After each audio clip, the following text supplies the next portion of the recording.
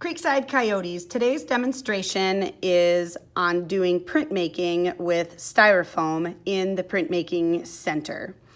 On top of the printmaking cart, you will find the paper that you need. It's been cut into 6x6 sheets. You will need Styrofoam squares already pre-cut, a box of colored pens, red and black. By the way, please only use these for the Printmaking Center. I am noticing throughout the school year that these pens are being borrowed to fill out check-in and check-out forms. However, they're not being returned. We don't want to run out of materials for this center. In the space below, there's a basket for what are called brayer rollers. They look like this. And there's also a white tray for ink.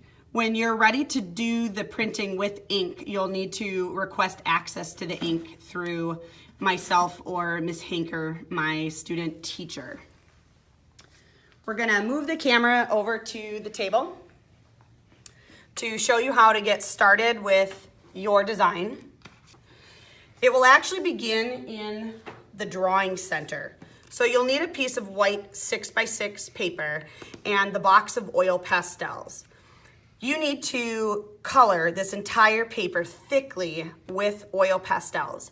You may use any color combination you choose, and you can keep the colors random or try some sort of pattern such as stripes, a starburst pattern, swirls, something that looks like it's tie-dyed, or anything else that you can imagine. A thickly covered paper will look like this section here. Feel free to also blend and mix colors. Step 2 will be to use one of those white Styrofoam squares, and you'll be carving a design in it using 2 different colored pens.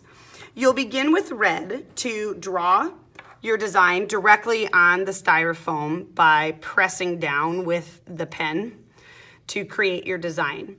After you've designed all parts and then chosen a few select areas to fill in with red, you're going to trace everything again with the black pen. We need to make sure that your design is carved deep enough that it will actually transfer when we print it with ink. So using 2 colors of pens will help make sure that all parts of your design have been carved out twice. On day 2, you'll move on to the printing with ink phase. You'll need the tray and the brayer roller, plus access to the ink with permission from the teacher. We'll put a dollop of ink in the tray, and you'll use your brayer roller in several different directions. Notice that the ink sounds sticky. It's a very thick and tacky ink. However, it is washable. So if you accidentally get things on your hands or your clothing today, don't worry. Hold your Styrofoam square on the table and cover the entire thing with ink. Return the brayer roller to the tray to minimize ink mess on the table. Pick up your print, line it up to a corner of your paper or touching the design next to it. Hold it and use a clean roller to rub your design. Pick it up and you should see your design transferred to the paper.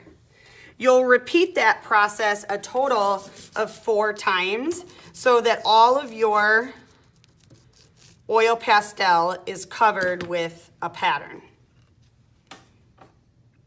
You can have fun with rotating your square in different directions if you want your pattern to change and turn a different way, or you can print it the exact same way all 4 times.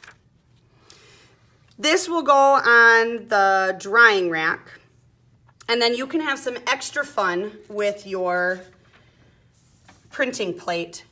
You can print on construction paper. So it's not the same as the oil pastel because you won't see a burst of colors coming through. You'll see just one solid color, but you might play around with the different ways that you can get your print to look with a solid background or one that has multiple colors.